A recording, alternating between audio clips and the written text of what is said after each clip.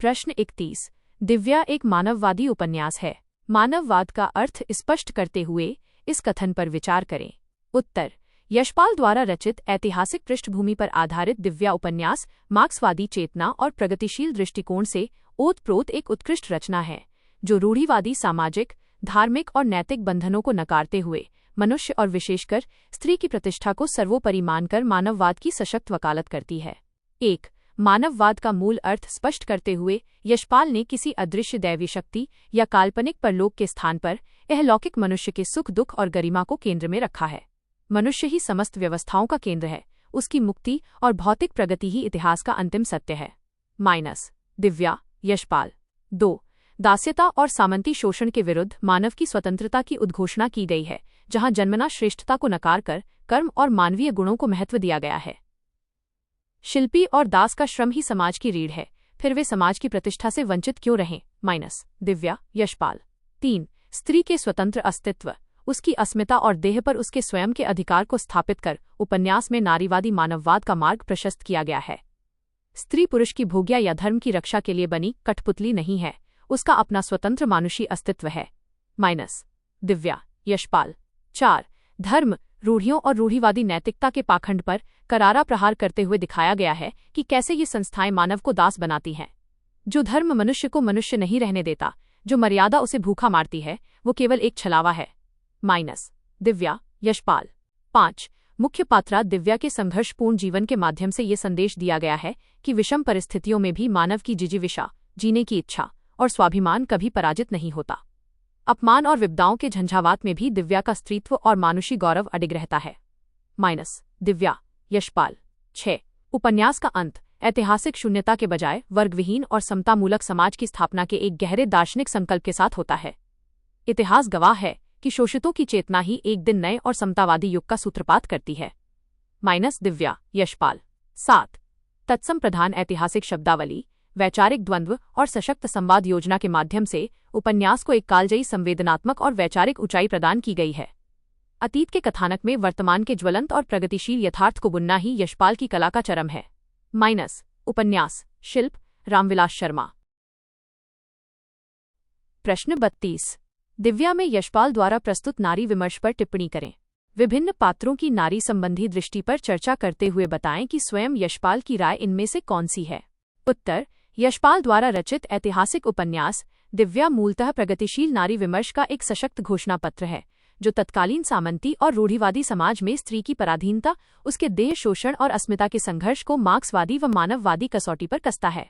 1।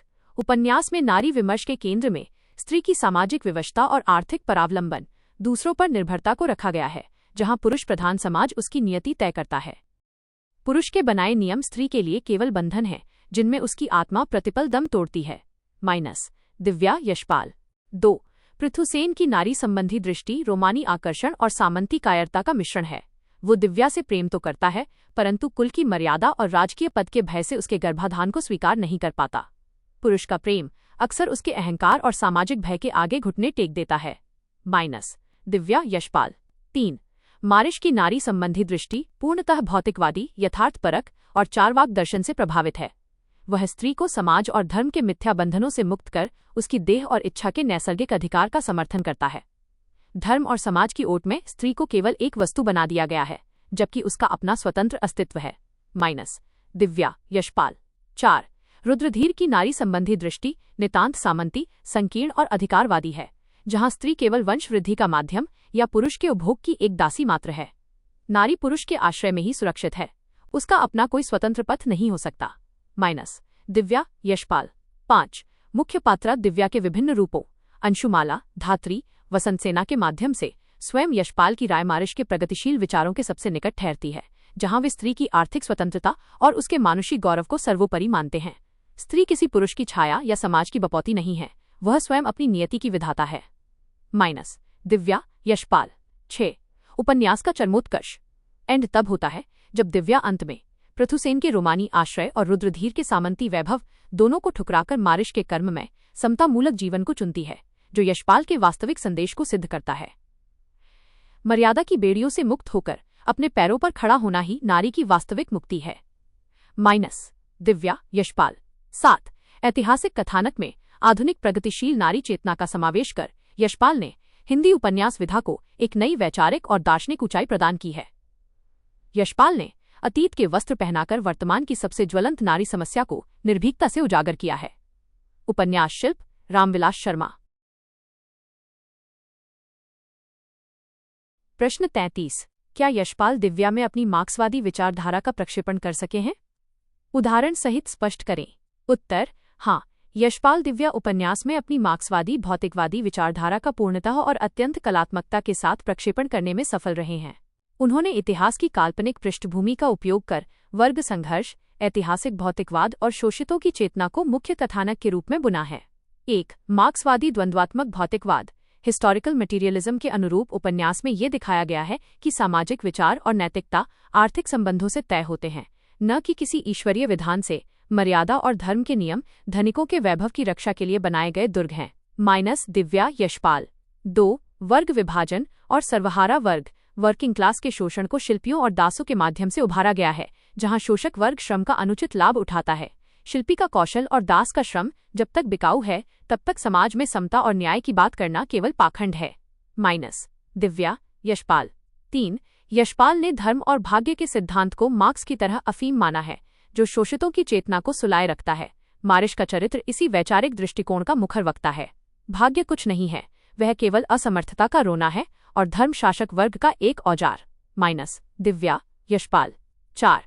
नारी की स्थिति को मार्क्सवादी दृष्टि से जोड़ते हुए दिखाया गया है कि निजी संपत्ति प्राइवेट प्रॉपर्टी के उदय के साथ ही स्त्री भी पुरुष की संपत्ति और दासी बन गई।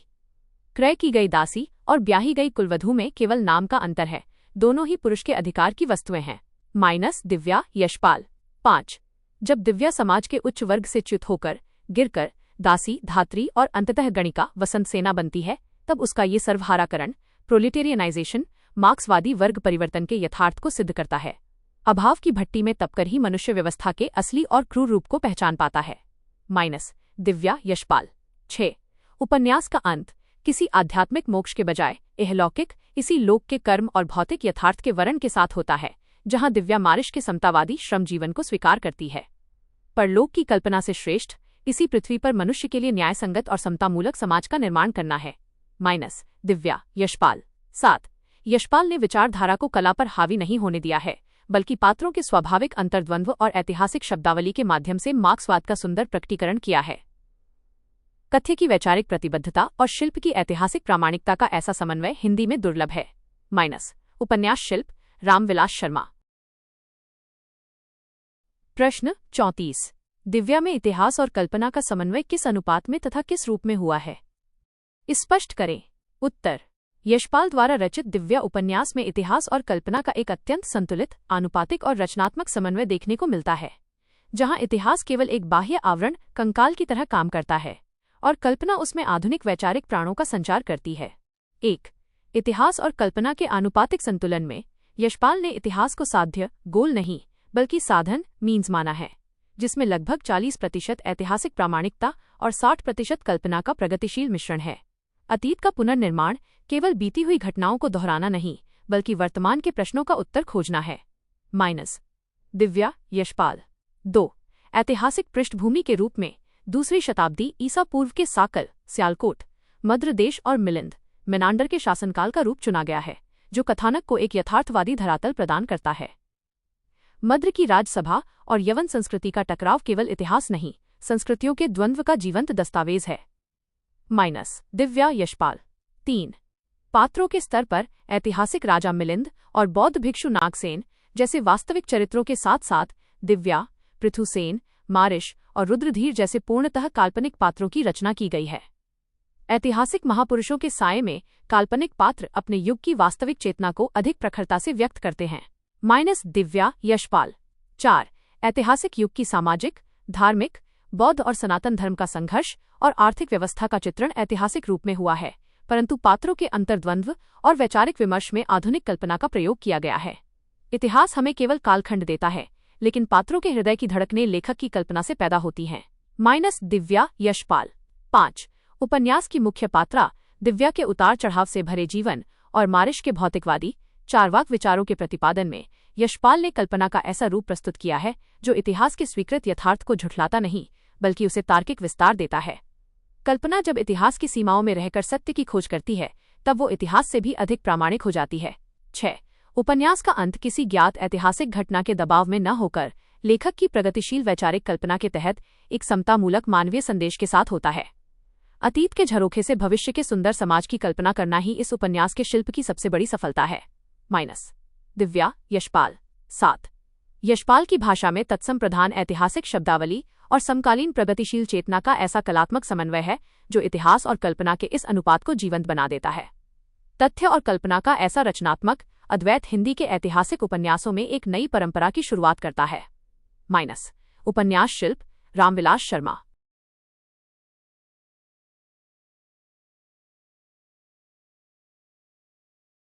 प्रश्न 35। दिव्या में यशपाल का इतिहास बोध क्या है? सोदाहरण स्पष्ट करें। उत्तर: यशपाल का इतिहास बोध पारंपरिक इतिहासकारों या रोमानी रचनाकारों से सर्वथा भिन्न है। वे इतिहास को केवल राजा महाराजाओं के वैभव या युद्धों की गाथा नहीं मानते बल्कि मार्क्सवादी भौतिकवादी जीवन दृष्टि के आलोक में इतिहास को वर्ग संघर्ष और आर्थिक संबंधों के क्रमिक विकास के रूप में देखते हैं। 1.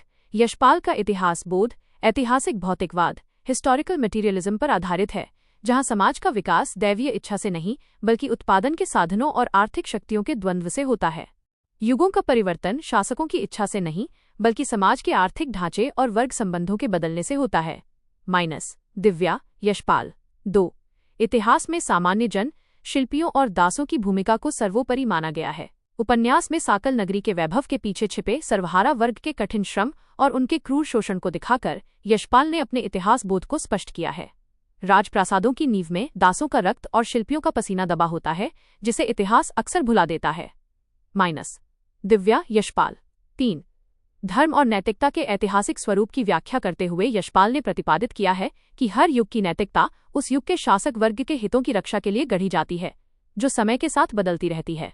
मर्यादाएं शाश्वत नहीं होती, वे केवल शासक वर्ग के वैभव और स्वार्थ को सुरक्षित रखने के वैचारिक कवच हैं। दिव्या, यशपाल। 4. यवन, ग्रीक और आर्य संस्कृतियों के ऐतिहासिक टकराव और समन्वय को केवल राजनीतिक घटना के रूप में नहीं बल्कि दो भिन्न सामाजिक आर्थिक चिंतन के द्वंद्व के रूप में प्रस्तुत किया गया है। संस्कृतियों का मिलन केवल विचारों का आदान प्रदान नहीं बल्कि जीवन जीने के भौतिक तौर तरीकों का संघर्ष है। दिव्या, यशपाल। 5. इतिहास में स्त्री की पराधीनता के कारणों को निजी संपत्ति के विकास से जोड़कर देखना यशपाल के इतिहास बोध की एक बड़ी विशेषता है, जहां वे दिखाते हैं कि कैसे सामंती युग में स्त्री स्वयं एक संपत्ति मात्र बनकर रह गई। इतिहास साक्षी है कि जब मनुष्य ने भूमि और धन पर अधिकार करना सीखा तभी उसने स्त्री को भी अपनी चारदीवारी में कैद कर लिया। दिव्या, यशपाल। दिव्या, यशपाल। 6. उपन्यास का अंत अतीत के प्रति किसी रोमानी मोह नॉस्टाल्जिया में नहीं होता बल्कि वह वर्तमान और भविष्य के लिए एक प्रगतिशील, समतामूलक और शोषण मुक्त समाज के निर्माण का ऐतिहासिक संदेश देता है। अतीत का वास्तविक मूल्य केवल इतिहास को जानने में नहीं बल्कि उससे सीख लेकर एक न्यायपूर्ण भविष्य गढ़ने में है। दिव्या, यशपाल। 7. यशपाल ने इतिहास के बाह्य तथ्यों, तारीखों और पात्रों की प्रामाणिकता की रक्षा करते हुए उसके भीतर आधुनिक प्रगतिशील वैचारिक चेतना का ऐसा समावेश किया है जो उनके इतिहास बोध को कालजयी बनाता है। यशपाल का इतिहास बोध अतीत का रुदन नहीं है बल्कि वो वर्तमान की विसंगतियों पर अतीत के माध्यम से किया गया एक तीखा प्रहार है। उपन्यास शिल्प, रामविलास शर्मा।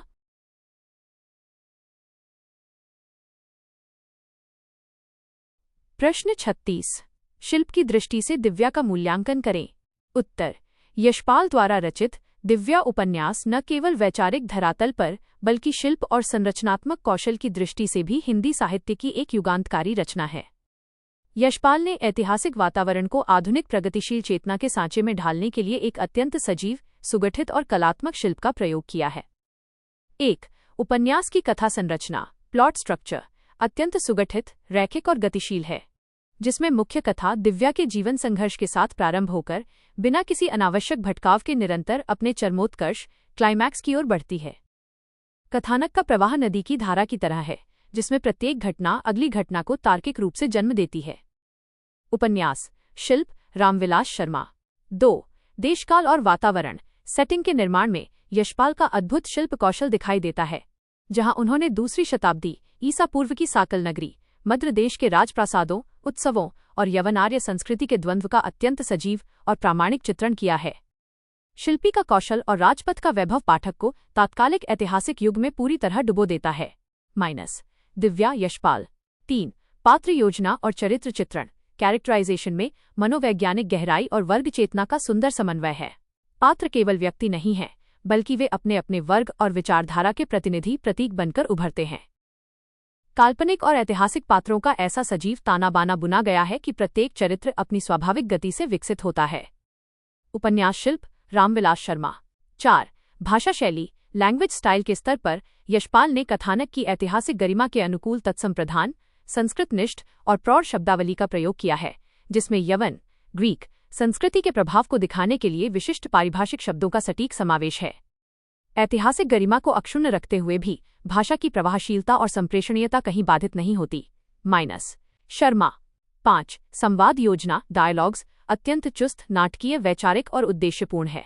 मारिश, पृथुसेन और नागसेन के बीच के संवाद केवल कथा को आगे नहीं बढ़ाते, बल्कि दार्शनिक और मार्क्सवादी विमर्श को तार्किक रूप से स्थापित करते हैं। संवादों की तीक्ष्णता और वैचारिक गहराई ही इस उपन्यास की रीढ़ है, जहां साधारण वार्तालाप भी शास्त्रार्थ में बदल जाता है। दिव्या यशपाल 6 उपन्यास में बिंब और प्रतीक योजना इमेजरी एंड सिंबल्स का अत्यंत सूक्ष्म प्रयोग हुआ है। दिव्या का विभिन्न रूपों में रूपांतरण अंशुमाला, धात्री, वसंत सेना, स्वयं शोषित सर्वहारा वर्ग और स्त्री अस्मिता के क्रमिक विकास का एक सशक्त प्रतीकात्मक शिल्प है। कथा के भीतर प्रतीकों का यह अंतर्निहित विन्यास उपन्यास को एक दार्शनिक और बहुआयामी ऊंचाई प्रदान करता है। उपन्यास शिल्प रामविलास शर्मा 7 उपन्यास का अंत कंक्लूजन परंपरागत ऐतिहासिक उपन्यासों के दुखांत या रोमानी सुखांत के विपरीत एक प्रगतिशील यथार्थवादी और वैचारिक समाधान के साथ होता है, जो शिल्प की दृष्टि से नवीनता का सूचक है। कथ्य की क्रांतिकारी वैचारिक प्रतिबद्धता और शिल्प की शास्त्रीय प्रामाणिकता का ऐसा अद्वैत समन्वय हिंदी उपन्यास विधा की एक महान उपलब्धि है। उपन्यास शिल्प रामविलास शर्मा प्रश्न 37 उपन्यास के तत्वों की दृष्टि से दिव्या का मूल्यांकन करें। उत्तर यशपाल द्वारा रचित दिव्या उपन्यास की समीक्षा। यदि उपन्यास के 6 अनिवार्य तत्वों कथानक, पात्र चित्रण, कथोपकथन, देशकाल, वातावरण, भाषा शैली और उद्देश्य के आधार पर की जाए तो यह रचना न केवल शास्त्रीय मानदंडों पर पूरी तरह खरी उतरती है, बल्कि हिंदी के प्रगतिशील उपन्यासों में एक शीर्ष प्रतिमान स्थापित करती है। 1 कथानक प्लॉट उपन्यास का कथानक ऐतिहासिक पृष्ठभूमि पर आधारित एक अत्यंत सुगठित, गतिशील और कौतूहलपूर्ण है, जो मुख्य पात्रा दिव्या के उतार चढ़ाव भरे जीवन के माध्यम से बिना किसी शिथिलता के अपने तार्किक विकास को प्राप्त होता है। कथा का विकास इतनी स्वाभाविकता के साथ होता है कि कोई भी घटना अवांछित या थोपी हुई प्रतीत नहीं होती। उपन्यास शिल्प रामविलास शर्मा 2 पात्र और चरित्र चित्रण कैरेक्टराइजेशन पात्र योजना में ऐतिहासिक और काल्पनिक चरित्रों का अनूठा समन्वय है। दिव्य, पृथुसेन, मारिश और रुद्रधीर जैसे पात्र महज हाड़ मांस के पुतले नहीं, बल्कि अपने अपने वर्ग, दर्शन और सामाजिक चेतना के जीवंत प्रतिनिधि हैं। चरित्रों का आंतरिक द्वंद्व और उनका क्रमिक विकास यशपाल के गहरे मनोवैज्ञानिक और सामाजिक बोध को दर्शाता है।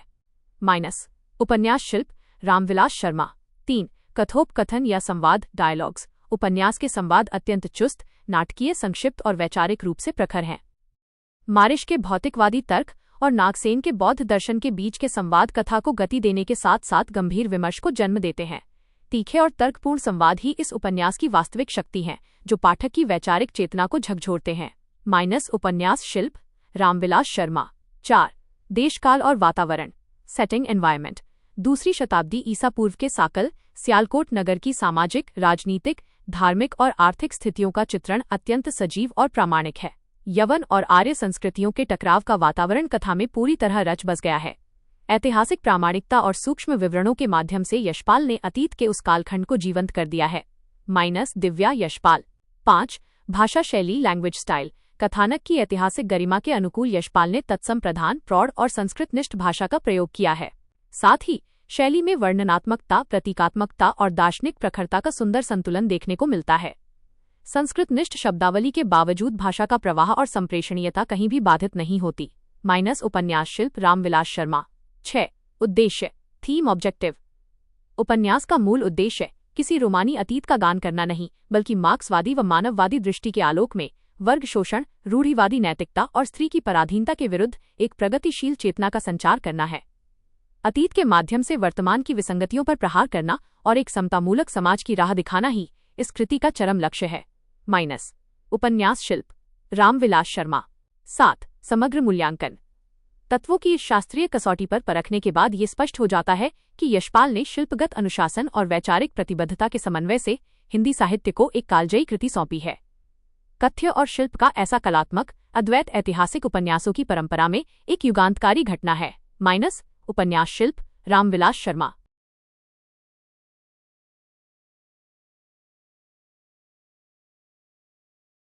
प्रश्न 38। दिव्या के नामकरण के औचित्य पर विचार करें। क्या आप इसके लिए कोई बेहतर नाम सुझा सकते हैं? उत्तर: यशपाल द्वारा रचित ऐतिहासिक उपन्यास दिव्या का नामकरण कलात्मक, सार्थक और उद्देश्यपूर्ण है। ये नामकरण परंपरागत रूप से केवल मुख्य पात्रा के नाम पर आधारित प्रतीत होता है, परंतु दार्शनिक और वैचारिक धरातल पर यह स्त्री की जिजीविषा, उसके मानुषी गौरव और सर्वहारा वर्ग के क्रमिक विकास का एक सशक्त प्रतीक बनकर उभरता है। 1. मुख्य पात्रा दिव्या के नाम पर आधारित होने के कारण यह नामकरण सहज और न्यायसंगत है, क्योंकि पूरी कथा दिव्या के जन्म, उसके उच्च कुल से च्युत होने और उसके सामाजिक आर्थिक संघर्षों के इर्द गिर्द ही घूमती है। कथा का आदि और अंत दिव्या के मानुषी गौरव की खोज और उसकी प्राप्ति से ही तय होता है। उपन्यास शिल्प, रामविलास शर्मा। 2. दिव्या शब्द का अर्थ दिव्य या अलौकिक होता है, परंतु यशपाल ने इस शब्द को एक नया प्रगतिशील मोड़ दिया है। यहाँ दिव्यता किसी ईश्वरीय वरदान में नहीं, बल्कि विषम परिस्थितियों से लोहा लेने वाली मानवीय जिजीविषा में है। सच्ची दिव्यता आकाश से नहीं उतरती, वह मनुष्य के आंतरिक स्वाभिमान और संघर्ष की भट्टी में तपकर प्रकट होती है। दिव्या, यशपाल। 3. उपन्यास में दिव्या के विभिन्न रूपों, अंशुमाला, धात्री, वसंतसेना के माध्यम से उसका जो रूपांतरण होता है, वह अंततः उसे अपनी रूढ़िवादी पहचान से मुक्त कर एक स्वतंत्र मानुषी के रूप में स्थापित करता है, जिससे नामकरण का औचित्य और गहरा हो जाता है। वह केवल एक कुल की दुहिता या पुरुष की भोग्या नहीं रही, वह स्वयं अपनी नियति की विधाता बन गई। दिव्या, यशपाल। 4. सामंती समाज में जहाँ स्त्री को केवल वस्तु या दासी माना गया, वहाँ दिव्या नाम उस शोषित वर्ग की चेतना का प्रतीक है जो व्यवस्था के पाखंडी दुर्ग को अपने तर्कों से ध्वस्त कर देती है। मर्यादा की आड़ में छिपे पुरुष अहंकार को चुनौती देना ही दिव्या के चरित्र की वास्तविक दिव्यता है। दिव्या, यशपाल। 5. यदि इसके लिए किसी अन्य या बेहतर नाम पर विचार किया जाए तो मार्क्सवादी और प्रगतिशील नारीवादी चेतना के आलोक में मानुषी या अस्मिता का पथ एक अत्यंत सटीक और गंभीर विकल्प हो सकता है, जो उपन्यास के मूल वैचारिक संदेश को और अधिक मुखरता प्रदान करता है। स्त्री का स्त्रीत्व उसकी दास्यता में नहीं, बल्कि उसके मानुषी होने के बोध में निहित है। दिव्या, यशपाल। 6. वैकल्पिक नाम मानुषी उपन्यास के उस अंतिम और कालजयी संवाद को सीधे प्रतिध्वनित करता है, जहां दिव्या पृथुसेन के रोमानी आश्रय को ठुकराकर मारिश से कहती है कि वह केवल एक मानुषी के रूप में जीना चाहती है। मुझे देवी या कुलवधू का सिंहासन नहीं चाहिए, मुझे मनुष्य के रूप में जीने का अधिकार चाहिए। दिव्या, यशपाल। 7. निष्कर्षतः वर्तमान नाम दिव्या अपने भीतर एक गहरा व्यंग्य और वैचारिक यथार्थ समेटे हुए है, जो पाठक को एक पारंपरिक नाम के भीतर छिपी क्रांतिकारी चेतना से परिचित कराता है। अतः यह नामकरण पूर्णतः औचित्यपूर्ण है। यशपाल ने एक पारंपरिक नाम को अपनी प्रगतिशील दृष्टि से आधुनिक युग का एक सशक्त वैचारिक प्रतीक बना दिया है। उपन्यास शिल्प, रामविलास शर्मा।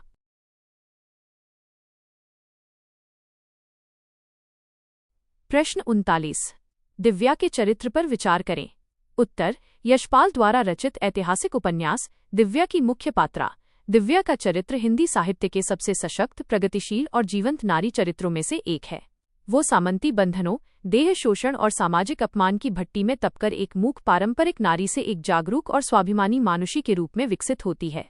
1. दिव्या का चरित्र असाधारण जिजीविषा, जीने की प्रबल इच्छा और अदम्य स्वाभिमान से ओतप्रोत है। वह जीवन में आने वाले भयंकर उतार चढ़ावों और विपत्तियों के बाद भी कभी व्यवस्था के आगे घुटने नहीं टेकती। अपमान और अभाव की गहरी खाइयों में गिरकर भी दिव्या का मानुषी गौरव कभी पराजित नहीं होता। उपन्यास शिल्प, रामविलास शर्मा। 2. वह उच्च कुल की मर्यादा के पाखंड और पुरुष के छलावे का पहला शिकार बनती है, जहां पृथुसेन का रोमानी प्रेम उसके गर्भाधान को सामाजिक भय के कारण स्वीकार नहीं कर पाता, जो उसे विद्रोह की राह पर धकेलता है। पुरुष का प्रेम जब कायरता की ओट लेता है, तब स्त्री को स्वयं अपनी शक्ति का भान होता है। दिव्या, यशपाल। 3. सामाजिक और आर्थिक रूप से दिव्या का क्रमिक रूपांतरण, अंशुमाला से धात्री, फिर दासी और अंततः गणिका वसंत सेना बनना, उसके भीतर वर्ग चेतना और सर्वहारा वर्ग के यथार्थ बोध को जगाता है।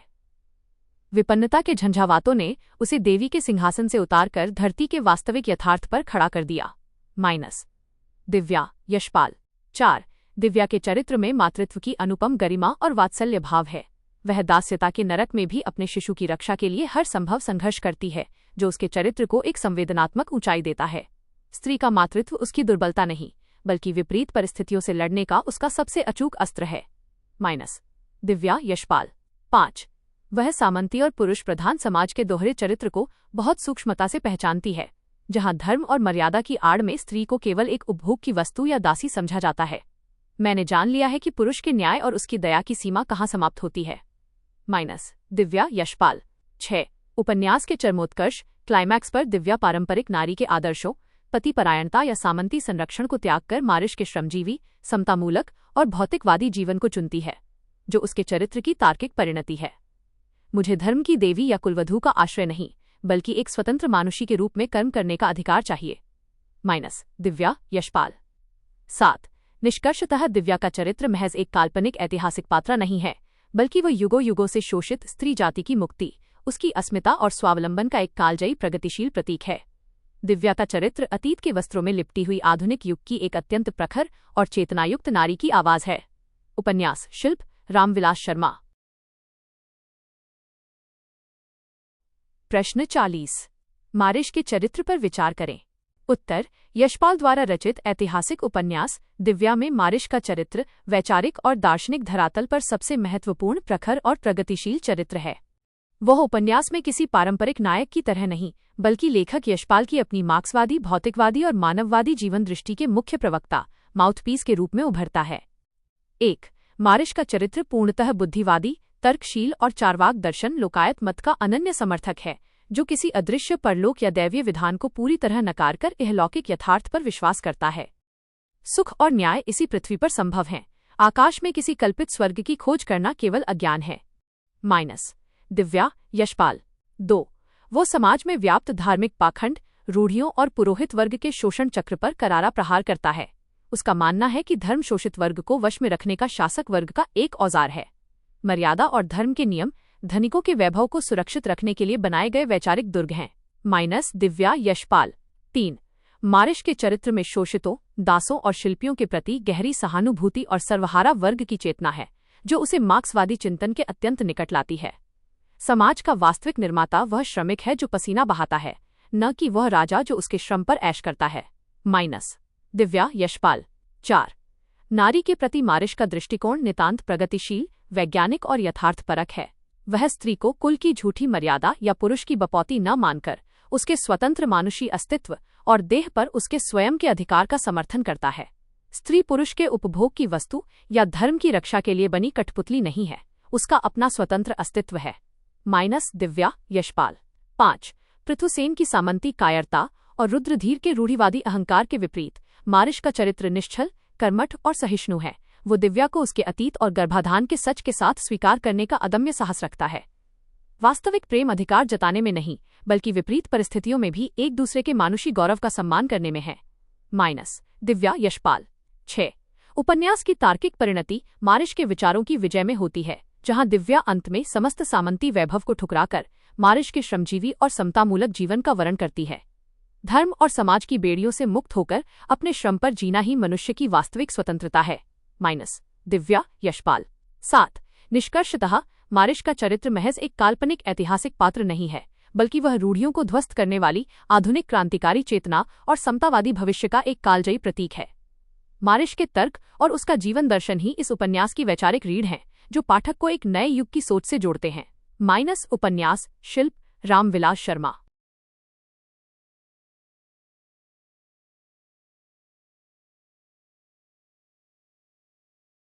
प्रश्न 41।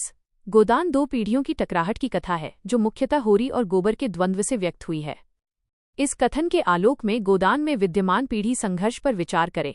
उत्तर: प्रेमचंद द्वारा रचित गोदान केवल कृषक जीवन की त्रासदी का दस्तावेज नहीं है, बल्कि यह बदलते हुए भारतीय समाज में दो पीढ़ियों के बीच के वैचारिक, सामाजिक और आर्थिक टकराव का एक अत्यंत जीवंत और यथार्थवादी चित्रण है, जिसे होरी और गोबर के माध्यम से प्रखरता प्रदान की गई है। 1. होरी जहां पुरानी पीढ़ी की सामंती रूढ़ियों, भाग्यवादिता और मर्यादावादी दृष्टिकोण का प्रतीक है, वहीं गोबर नई पीढ़ी की विद्रोही चेतना, तार्किकता और भौतिकवादी दृष्टिकोण को व्यक्त करता है। पुरानी पीढ़ी मर्यादा की रक्षा में जान देने को तैयार है और नई पीढ़ी उस मर्यादा को केवल शोषण का जाल मानती है। उपन्यास शिल्प, रामविलास शर्मा। 2. इस पीढ़ी संघर्ष के केंद्र में मर्यादा और न्याय का टकराव है। होरी पंचों के हर अनुचित दंड को चुपचाप सहता है, क्योंकि वह समाज से बाहर नहीं होना चाहता, जबकि गोबर इस अन्याय के खिलाफ सीधे खड़ा हो जाता है। जो समाज केवल हमारा खून चूसना जानता है, उसकी मर्यादा के आगे सिर झुकाना कायरता है। गोदान, प्रेमचंद। 3. धार्मिक पाखंड और पुरोहित वर्ग के प्रति दोनों के दृष्टिकोण में गहरा द्वंद्व है। होरी ब्राह्मणों को पूज्य मानकर उनके चरणों में गिरता है, जबकि गोबर उनके शोषणकारी चरित्र पर तीखा प्रहार करता है। महाराज, जब तक गांठ में पैसा है तभी तक तुम इनके जजमान हो, पैसा खत्म तो धर्म भी खत्म। गोदान, प्रेमचंद। 4. आर्थिक और व्यावसायिक स्तर पर भी यह टकराव पूरी तरह स्पष्ट है। होरी सदियों पुराने घाटे के पारंपरिक कृषि कार्य से चिपका रहता है, जबकि गोबर महानगरीय लखनऊ औद्योगिक जीवन को चुनकर सर्वहारा मजदूर बनता है और आर्थिक स्वावलंबन पाता है। जमीन से ये मोह ही हमारी बर्बादी की जड़ है, जहां पसीना बहाकर भी सिर्फ कर्ज मिलता है। गोदान, प्रेमचंद। 5. पारिवारिक संबंधों और पारिवारिक सत्ता के स्तर पर गोबर का अपनी माता धनिया और पिता होरी की निरंकुश आज्ञाकारिता को नकारना तथा झुनिया को बिना विवाह के घर लाना पुरानी पीढ़ी की वैवाहिक मान्यताओं पर एक सीधा प्रहार है। प्रेम और जिम्मेदारी समाज की मुहर देखकर नहीं पैदा होती, वह तो दिल का सौदा है। 6. उपन्यास का अंत इस पीढ़ी संघर्ष की एक दुखद तार्किक परिणति को दिखाता है, जहां होरी परंपरा और ऋण कर्ज के बोझ तले दबकर दम तोड़ देता है और गोबर चाहकर भी अपनी नई सोच से पुरानी पीढ़ी के उस विनाश को नहीं रोक पाता। परंपरा की वेदी पर होरी की बलि चढ़ जाती है और गोबर केवल एक मूक और असहाय दर्शक बनकर रह जाता है। गोदान, प्रेमचंद। 7. निष्कर्षतः प्रेमचंद ने होरी और गोबर के इस द्वंद्व के माध्यम से संक्रमणकालीन बदलते हुए भारतीय ग्रामीण समाज के एक बड़े ऐतिहासिक यथार्थ को कलात्मक गरिमा के साथ चित्रित किया है। यह केवल पिता पुत्र का संघर्ष नहीं है, बल्कि टूटते हुए सामंतवाद और उभरते हुए पूंजीवादी यथार्थ का एक ऐतिहासिक महासंग्राम है। कहानी कला, प्रेमचंद। प्रश्न 42। गोदान अपने युग का प्रतिबिंब भी है और अपने आने वाले युग की प्रसव पीड़ा भी। विचार करें। उत्तर। प्रेमचंद द्वारा रचित महाकाव्यात्मक उपन्यास गोदान एक त्रिकालदर्शी रचना है, जो एक तरफ जहां 1930 के दशक के औपनिवेशिक, सामंती और शोषक भारतीय समाज का हुबहू प्रतिबिंब प्रस्तुत करती है, वहीं दूसरी तरफ टूटती हुई ग्रामीण अर्थव्यवस्था और उभरते हुए पूंजीवादी व औद्योगिक यथार्थ की प्रसव पीड़ा को भी अत्यंत प्रखरता से रेखांकित करती है। 1. अपने युग के प्रतिबिंब के रूप में गोदान तत्कालीन भारतीय कृषक जीवन की भयावह त्रासदी, ऋणग्रस्तता, कर्ज का जाल और जमींदारों, साहूकारों व पुरोहितों के 3 कोने वाले शोषण चक्र का सजीव दस्तावेज है। किसान का जीवन केवल एक लंबा और अंतहीन रोना है, जहां पसीना बहाकर भी सिर्फ भूखे सोने की नियति मिलती है। गोदान, प्रेमचंद। 2. यह उपन्यास तत्कालीन समाज में व्याप्त गहरे धार्मिक पाखंड, जातिवाद और पंचों की निरंकुश सत्ता का नग्न यथार्थ दिखाता है, जहां मर्यादा के नाम पर गरीबों की अस्मिता को कुचला जाता था। मर्यादा और धर्म केवल निर्धनों की खाल उतारने के सुंदर और स्वीकृत बहाने हैं। गोदान, प्रेमचंद। 3. आने वाले युग की प्रसव पीड़ा के रूप में गोदान सामंती जमींदारी व्यवस्था के पतन और औद्योगिक पूंजीवाद के क्रूर आगमन के बीच की संक्रमणकालीन छटपटाहट को दिखाता है, जिसका प्रतिनिधित्व राय साहब और मिस खन्ना का गठजोड़ करता है। पुरानी जमींदारी का रोब अब ढल रहा है और मिलों की चिमनियों से निकलता धुआं नए युग की हुकूमत का ऐलान कर रहा है। 4. ग्रामीण समाज से मजदूरों का शहरों की ओर पलायन, माइग्रेशन और कृषक वर्ग का सर्वहारा मजदूर, वर्किंग क्लास में तब्दील होना नए युग की एक बड़ी सामाजिक और आर्थिक प्रसव पीड़ा है, जो गोबर के चरित्र के माध्यम से व्यक्त हुई है। गांव की मिट्टी जब पेट नहीं भर पाती, तब आदमी को शहर की बेगाना सड़कों पर कुली बनने के लिए मजबूर होना पड़ता है। गोदान, प्रेमचंद।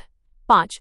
पारंपरिक संयुक्त परिवारों का टूटना, पुरानी पीढ़ी के भाग्यवादी मूल्यों पर नई पीढ़ी की भौतिकवादी व विद्रोही चेतना का हावी होना भी आगामी आधुनिक समाज की आहट और उसकी पीड़ा को दर्शाता है।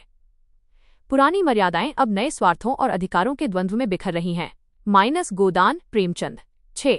उपन्यास की परिणति होरी की दर्दनाक मृत्यु गोदान की त्रासदी में होती है, जो पुरानी कृषक संस्कृति के अंत की घोषणा है और धनिया व गोबर का असमंजस नए युग की अनिश्चितता और संघर्षमयी प्रसव पीड़ा का प्रतीक बनकर सामने आता है। होरी की मौत केवल एक किसान की मौत नहीं, बल्कि एक समूची परंपरा और जीवन पद्धति की अंत्येष्टि है। उपन्यास शिल्प, रामविलास शर्मा। 7 निष्कर्षतः प्रेमचंद का युगबोध इतना व्यापक था कि उन्होंने न केवल अपने समकालीन यथार्थ को प्रतिबिंबित किया, बल्कि भविष्य में आने वाले औद्योगिक और पूंजीवादी भारत की विकृतियों को भी पहले ही भांप लिया था। गोदान केवल वर्तमान का दर्पण नहीं है, बल्कि वह भविष्य के गर्भ में पल रहे नए समाज की छटपटाहट का एक महाकाव्यात्मक आर्तनाद है। कहानी कला, प्रेमचंद। प्रश्न 43। गोदान डूबते हुए सामंतवाद तथा उभरते हुए पूंजीवाद के संक्रमण काल की कहानी है। इस कथन के परिप्रेक्ष्य में गोदान की समीक्षा करें। उत्तर। प्रेमचंद का महाकाव्यात्मक उपन्यास गोदान भारतीय समाज के एक महत्वपूर्ण ऐतिहासिक मोड़ का सजीव दस्तावेज है।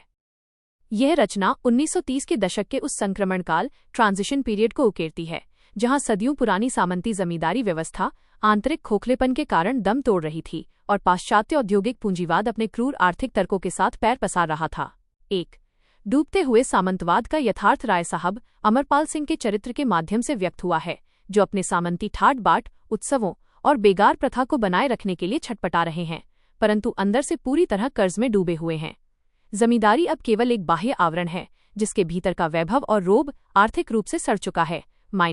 उपन्यास शिल्प, रामविलास शर्मा।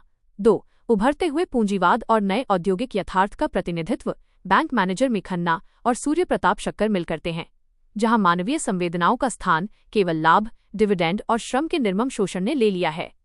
नए युग का भगवान पैसा है और न्याय की देवी केवल उसी के तराजू पर तौलती है। गोदान, प्रेमचंद।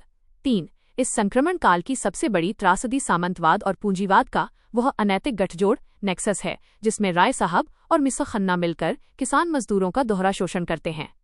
जब जमींदार का लठैत और मिल का मुनीम एक हो जाते हैं, तब गरीब के लिए धरती पर कोई पनाह नहीं बचती। गोदान, प्रेमचंद। 4 ग्रामीण अर्थव्यवस्था के स्तर पर इस संक्रमण की मार सीधे होरी पर पड़ती है। पारंपरिक कृषि घाटे का सौदा बन जाती है और सामंती पंचों का सामाजिक दंड तथा पूंजीवादी महाजनों दातादीन झिंगुरी सिंह का ब्याज उसे तिल तिल मरने पर मजबूर कर देता है। किसान और मजदूर के बीच की रेखा अब मिट रही थी और होरी इसी मिटती हुई रेखा का शिकार था। गोदान, प्रेमचंद। 5 इस युगीन बदलाव के कारण ग्रामीण समाज से शहरों की ओर होने वाला पलायन और कृषक वर्ग का सर्वहारा मजदूर में तब्दील होना, प्रोलेटेरियनाइजेशन, संक्रमण काल की अनिवार्य परिणति है, जिसे गोबर का लखनऊ जाना और मिल मजदूर बनना सिद्ध करता है। गांव की मर्यादा जब भूखा मारती है, तब शहर की बेगाना मिलें ही जीने का सहारा बनती हैं। गोदान, प्रेमचंद। 6 उपन्यास का अंत होरी की दर्दनाक मृत्यु, लू लगने और अत्यधिक श्रम से के साथ होता है, जो भाग्यवादी सामंती कृषक संस्कृति के अवसान, डूबने की घोषणा है, जबकि मिलों की चिमनियों से उठता धुआं आगामी पूंजीवादी युग की क्रूर आहट देता है। होरी की मौत केवल एक व्यक्ति का अंत नहीं है, बल्कि एक समूचे युग और जीवन पद्धति की दर्दनाक अंत्येष्टि है। उपन्यास शिल्प, रामविलास शर्मा। 7 निष्कर्षतः प्रेमचंद ने संक्रमणकालीन समाज के आर्थिक, सामाजिक और मनोवैज्ञानिक द्वंद्व को अपनी कालजयी औपन्यासिक कला के माध्यम से एक महाकाव्यात्मक गरिमा प्रदान की है। इतिहास के इस संधिकाल ट्रांजिशन को इतनी प्रामाणिकता और गहराई से पकड़ना केवल प्रेमचंद के युग दृष्टा शिल्प में ही संभव था। कहानी कला, प्रेमचंद।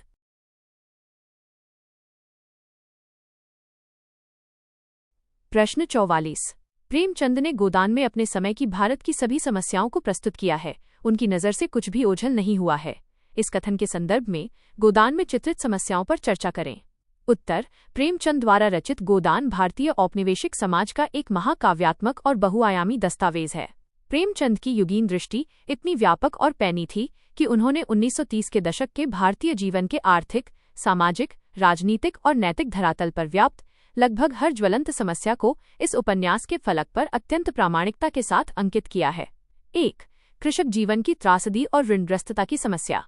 गोदान के केंद्र में भारतीय किसान की सबसे भयावह समस्या कर्ज का अंतहीन जाल और भूमिहीनता है, जहां होरी जीवन भर पसीना बहाकर भी महाजनों के ब्याज से मुक्त नहीं हो पाता।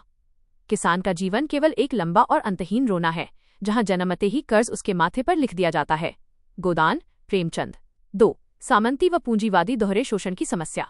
उपन्यास में जमींदार राय साहब, महाजन झिंगुरी सिंह, दातादीन और औद्योगिक पूंजीपति मिसर खन्ना का एक क्रूर अनैतिक गठजोड़ दिखाया गया है, जो ग्रामीण और नगरीय दोनों स्तरों पर सर्वहारा वर्ग का खून चूसता है। जब जमींदार का रोब और मिल का पैसा एक हो जाते हैं, तब गरीब के लिए न्याय का कोई मार्ग नहीं बचता। गोदान प्रेमचंद। 3. धार्मिक पाखंड और जातिवाद की समस्या। प्रेमचंद ने दिखाया है कि कैसे धर्म के ठेकेदार, नोखेराम, दातादीन और गांव की पंचायत मर्यादा तथा धर्म के नाम पर निर्धनों का सामाजिक व आर्थिक बहिष्कार, हुक्का पानी बंद करना करती हैं। मर्यादा और धर्म केवल निर्धनों की खाल उतारने के सुंदर और समाज स्वीकृत बहाने हैं। गोदान प्रेमचंद। 4. नारी पराधीनता और देह शोषण की समस्या। उपन्यास में ग्रामीण अंचल की झुनिया, धनिया और नगरीय अंचल की मिस मालती व सरोज के माध्यम से पुरुष प्रधान समाज में स्त्री की विवशता, अनमेल विवाह, वेश्यावृत्ति और अस्मिता के संकट को गहराई से उभारा गया है। स्त्री का जीवन उस बर्तन की तरह है जिसे हर कोई अपनी सुविधा के अनुसार खटखटाता है। गोदान प्रेमचंद। 5. महानगरीय पलायन और सर्वहाराकरण की समस्या।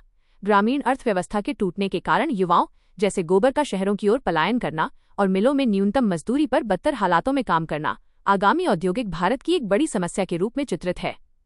गांव की मिट्टी जब पेट नहीं भर पाती, तब शहर की बेगाना सड़कें ही जीवन का अंतिम आसरा बनती हैं। गोदान प्रेमचंद। 6. बौद्धिक खोखलेपन और आधुनिकता के द्वंद्व की समस्या। संपादक ओंकारनाथ प्रो मेहता और मालती के माध्यम से प्रेमचंद ने तत्कालीन बुद्धिजीवी वर्ग के आंतरिक अंतर्विरोधों, पाश्चात्य संस्कृति के अंधानुकरण और कथनीकरणी के अंतर को तीखे व्यंग्य के साथ प्रस्तुत किया है। भीड़ तो बहुत है, पर हर कोई अपनी तन्हाई और अपने स्वार्थ का अकेला मुसाफिर है। गोदान प्रेमचंद। 7. निष्कर्षतः प्रेमचंद का युग बोध इतना व्यापक और सूक्ष्म था कि गोदान समकालीन भारत की समस्याओं का जीवंत और कालजयी विश्वकोश बन गया है, जहां यथार्थ का कोई भी कोना लेखक की पैनी दृष्टि से अछूता नहीं रहा। गोदान केवल एक कालखंड का दर्पण नहीं है, बल्कि वह भारतीय समाज की अंतरात्मा में व्याप्त विसंगतियों का एक महाकाव्यात्मक आर्तनाद है। कहानी कला प्रेमचंद।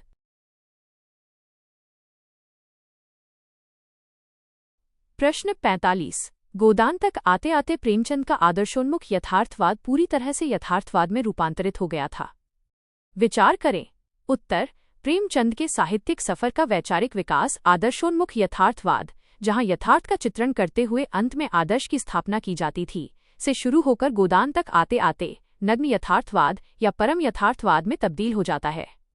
गोदान में प्रेमचंद किसी काल्पनिक हृदय परिवर्तन या कृत्रिम सुखांत का सहारा नहीं लेते, बल्कि जीवन के क्रूर और नग्न सत्यों को बिना किसी मिलावट के सामने रखते हैं। 1. अपने प्रारंभिक उपन्यासों जैसे सेवा सदन, प्रेमाश्रम, रंगभूमि के विपरीत, जहां जमींदारों या शोषकों का हृदय परिवर्तन दिखाकर समस्या का समाधान कर दिया जाता था, गोदान में प्रेमचंद इस रोमानी आदर्शवाद को पूरी तरह छोड़ देते हैं। शोषक का हृदय परिवर्तन एक मरीचिका है। व्यवस्था के क्रूर आर्थिक हित कभी दया से नहीं बदलते। उपन्यास शिल्प रामविलास शर्मा। 2. उपन्यास में महाजनों, दातादीन झिंगुरी सिंह और जमींदार राय साहब का चरित्र अंत तक शोषक ही बना रहता है।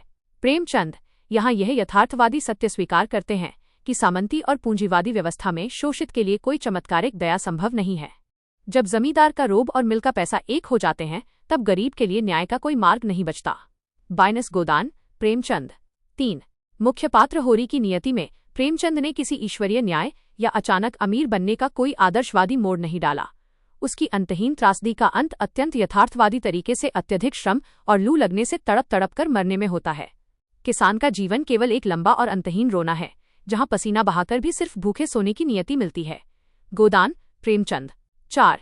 धार्मिक और सामाजिक संस्थाओं के प्रति प्रेमचंद का दृष्टिकोण पूरी तरह यथार्थवादी हो गया है।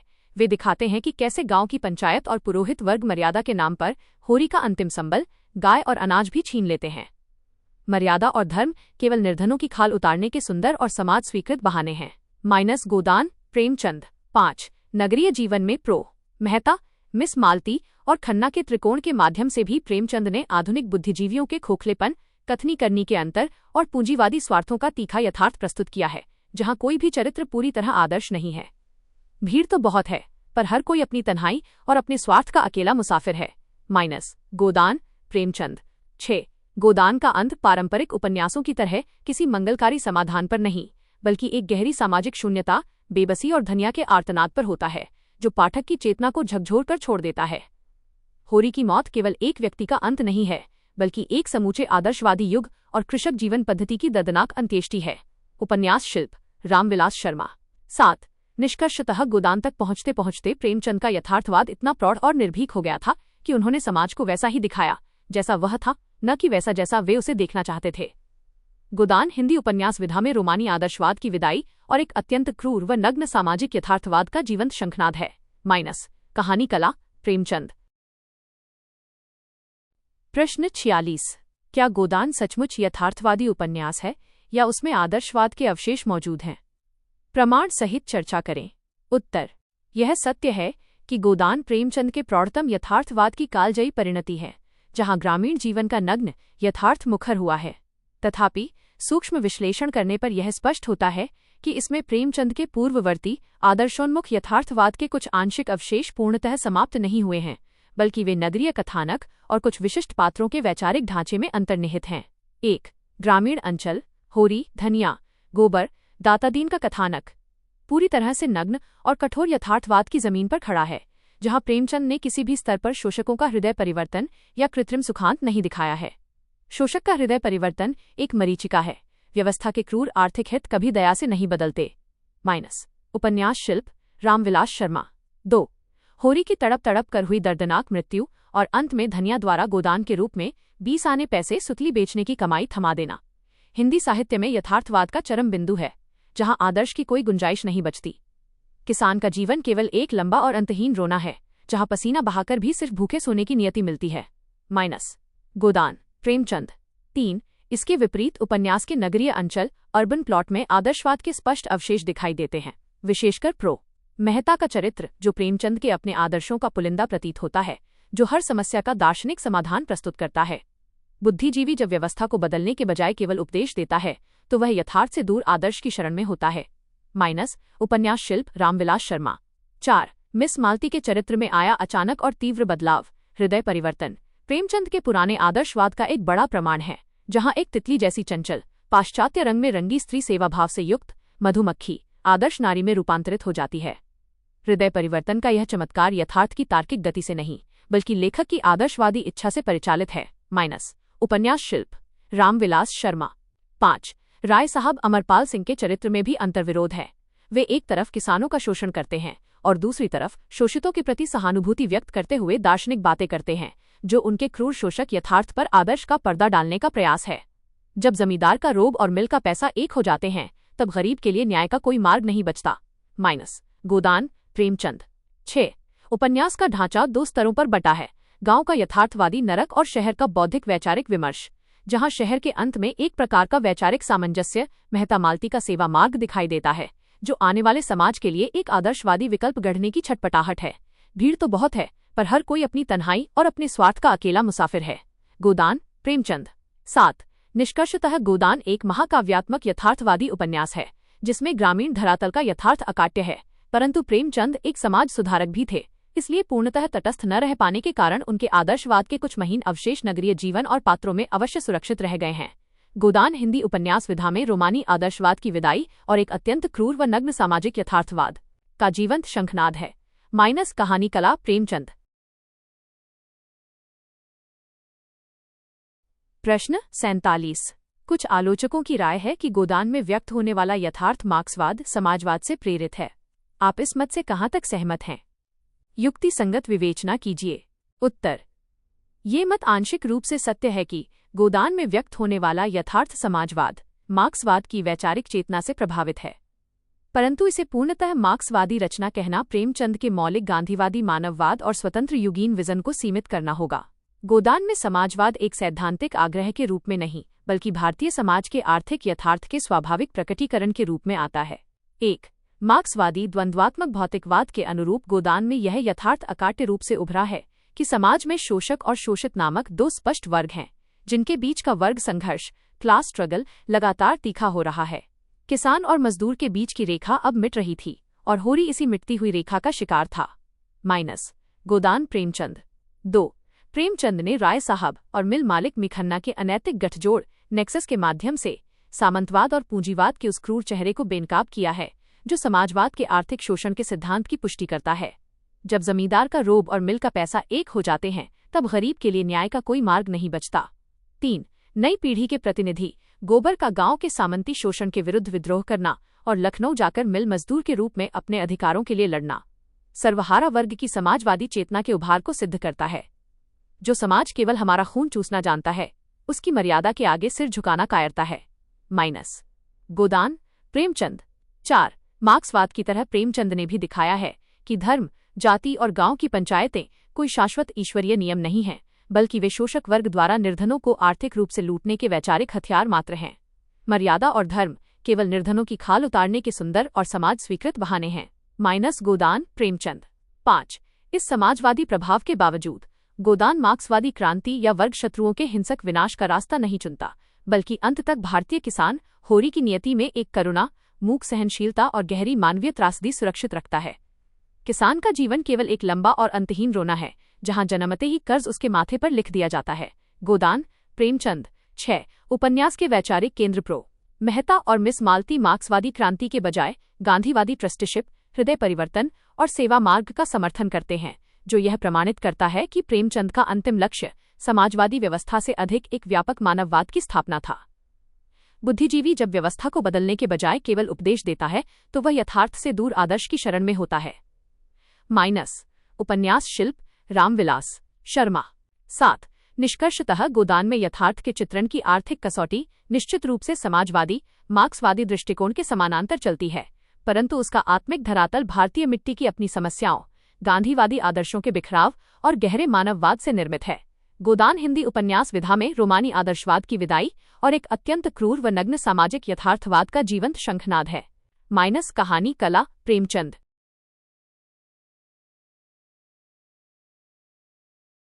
प्रश्न 48। क्या गोदान पर मार्क्सवाद का प्रभाव दिखाई पड़ता है, और यदि हाँ, तो कितना और किस रूप में? उत्तर: हाँ, गोदान पर मार्क्सवाद साम्यवाद का प्रभाव निश्चित रूप से दिखाई पड़ता है। प्रेमचंद अपने अंतिम दौर में सोवियत क्रांति और मार्क्सवादी विचारों से गहरे प्रभावित थे। गोदान में ये प्रभाव किसी थोपी हुई राजनैतिक विचारधारा के रूप में नहीं, बल्कि भारतीय समाज के वर्ग चरित्र, आर्थिक शोषण और बदलते हुए उत्पादन संबंधों के अत्यंत सूक्ष्म और कलात्मक रूप में परिलक्षित होता है। 1. वर्ग विभाजन और वर्ग संघर्ष के रूप में मार्क्सवाद का सबसे स्पष्ट प्रभाव समाज के दो विरोधी वर्गों, शोषक राय साहब, खन्ना, दातादीन और शोषित होरी गोबर मिल मजदूर के रूप में दिखाई देता है, जहां शोषित वर्ग लगातार सर्वहाराकरण की ओर बढ़ता है। किसान और मजदूर के बीच की रेखा अब मिट रही थी और होरी इसी मिटती हुई रेखा का शिकार था। माइनस। गोदान प्रेमचंद 2. सामंतवाद और पूंजीवाद के अनैतिक गठजोड़ के रूप में प्रेमचंद ने मार्क्सवादी दृष्टि से ये दिखाया है कि कैसे डूबती हुई जमींदारी, सामंतवाद और उभरता हुआ औद्योगिक पूंजीवाद शक्कर मिल मिलकर किसानों का दोहरा खून चूसते हैं। जब जमींदार का रोब और मिल का पैसा एक हो जाते हैं, तब गरीब के लिए न्याय का कोई मार्ग नहीं बचता। गोदान प्रेमचंद 3. गोबर के चरित्र और मजदूर चेतना के रूप में नई पीढ़ी के पात्र गोबर का गांव छोड़कर लखनऊ जाना और मिल मजदूर बनकर हड़ताल में भाग लेना तथा अपने अधिकारों के लिए लड़ना मार्क्सवादी सर्वहारा चेतना के क्रमिक विकास को दर्शाता है। जो समाज केवल हमारा खून चूसना जानता है, उसकी मर्यादा के आगे सिर झुकाना कायरता है। माइनस। गोदान प्रेमचंद 4. धर्म और मर्यादा को वैचारिक हथियार मानने के रूप में मार्क्स के धर्म अफीम है के सिद्धांत की तरह गोदान में भी दिखाया गया है कि पंडित दातादीन और नोखेराम जैसे शोषक पात्र धर्म, पाप, पुण्य और मर्यादा का डर दिखाकर होरी की आर्थिक लूट करते हैं। मर्यादा और धर्म केवल निर्धनों की खाल उतारने के सुंदर और समाज स्वीकृत बहाने हैं। माइनस। गोदान प्रेमचंद 5. मार्क्सवादी प्रभाव की सीमा। कितना प्रभाव? गोदान पर मार्क्सवाद का प्रभाव वैचारिक और विश्लेषणात्मक धरातल पर लगभग 50% स्वीकार किया जा सकता है, क्योंकि प्रेमचंद समाज की विकृतियों को देखने के लिए मार्क्सवादी चश्मे का प्रयोग तो करते हैं, परंतु उसका समाधान मार्क्सवादी क्रांति में नहीं ढूंढते। शोषक का हृदय परिवर्तन एक मरीचिका है, व्यवस्था के क्रूर आर्थिक हित कभी दया से नहीं बदलते। उपन्यास शिल्प रामविलास शर्मा 6. क्रांति के स्थान पर गांधीवादी मानववादी रूप। उपन्यास का अंतिम आत्मिक ढांचा मार्क्सवादी हिंसक क्रांति या वर्ग शत्रुओं के विनाश के बजाय होरी की मूक सहनशीलता, त्रासदी और प्रो मेहता व मालती के गांधीवादी सेवा मार्ग की ओर झुक जाता है। बुद्धिजीवी जब व्यवस्था को बदलने के बजाय केवल उपदेश देता है, तो वह यथार्थ से दूर आदर्श की शरण में होता है। माइनस। उपन्यास शिल्प रामविलास शर्मा 7. निष्कर्षतः गोदान पर मार्क्सवाद का प्रभाव समस्या को पहचानने के रूप में पूर्ण और अकाट्य है, परंतु समाधान के स्तर पर प्रेमचंद भारतीय मिट्टी के यथार्थ, गांधीवादी चेतना और गहरे मानववाद के साथ खड़े दिखाई देते हैं। गोदान हिंदी उपन्यास विधा में रोमानी आदर्शवाद की विदाई और एक अत्यंत क्रूर व नग्न सामाजिक यथार्थवाद का जीवंत शंखनाद है। माइनस। कहानी कला प्रेमचंद।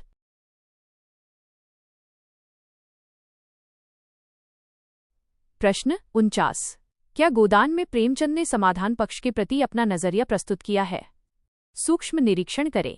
उत्तर: हाँ, गोदान में प्रेमचंद ने समाधान पक्ष के प्रति अपना नजरिया प्रस्तुत किया है, परंतु यह समाधान उनके पूर्ववर्ती उपन्यासों की तरह कोई सरल, चमत्कारिक या कृत्रिम सुखांत नहीं है।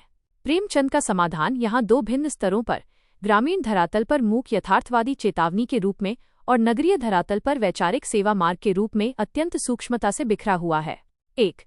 ग्रामीण अंचल में प्रेमचंद किसी भी प्रकार का आदर्शवादी या चमत्कारिक समाधान प्रस्तुत नहीं करते। होरी की दर्दनाक मृत्यु और व्यवस्था का ज्यों का त्यों बने रहना ये दिखाता है कि शोषक व्यवस्था का हृदय परिवर्तन कर समाधान खोजना केवल एक भ्रम है। शोषक का हृदय परिवर्तन एक मरीचिका है। व्यवस्था के क्रूर आर्थिक हित कभी दया से नहीं बदलते। उपन्यास शिल्प, रामविलास शर्मा। 2. होरी की त्रासदी के माध्यम से प्रेमचंद का वास्तविक समाधान पक्ष चेतावनी के रूप में उभरता है, जहां वे संकेत देते हैं कि जब तक भाग्यवादिता, रूढ़िवादी मर्यादा और पारंपरिक घाटे की खेती का मोह नहीं छूटेगा, तब तक किसान का उद्धार असंभव है। किसान का जीवन केवल एक लंबा और अंतहीन रोना है, जहां जन्मते ही कर्ज उसके माथे पर लिख दिया जाता है। -3. नई पीढ़ी के प्रतिनिधि गोबर के चरित्र में प्रेमचंद एक आर्थिक और व्यावहारिक समाधान प्रस्तुत करते हैं, जो गांव के सामंती शोषण को नकार कर शहर में औद्योगिक श्रम और अधिकारों के संघर्ष के माध्यम से आत्मनिर्भरता प्राप्त करता है। जो समाज केवल हमारा खून चूसना जानता है, उसकी मर्यादा के आगे सिर झुकाना कायरता है। गोदान, प्रेमचंद। 4.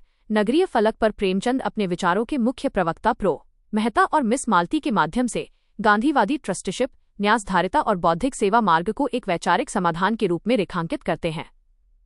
बुद्धिजीवी जब व्यवस्था को बदलने के बजाय केवल उपदेश देता है, तो वह यथार्थ से दूर आदर्श की शरण में होता है। उपन्यास शिल्प, रामविलास शर्मा। 5.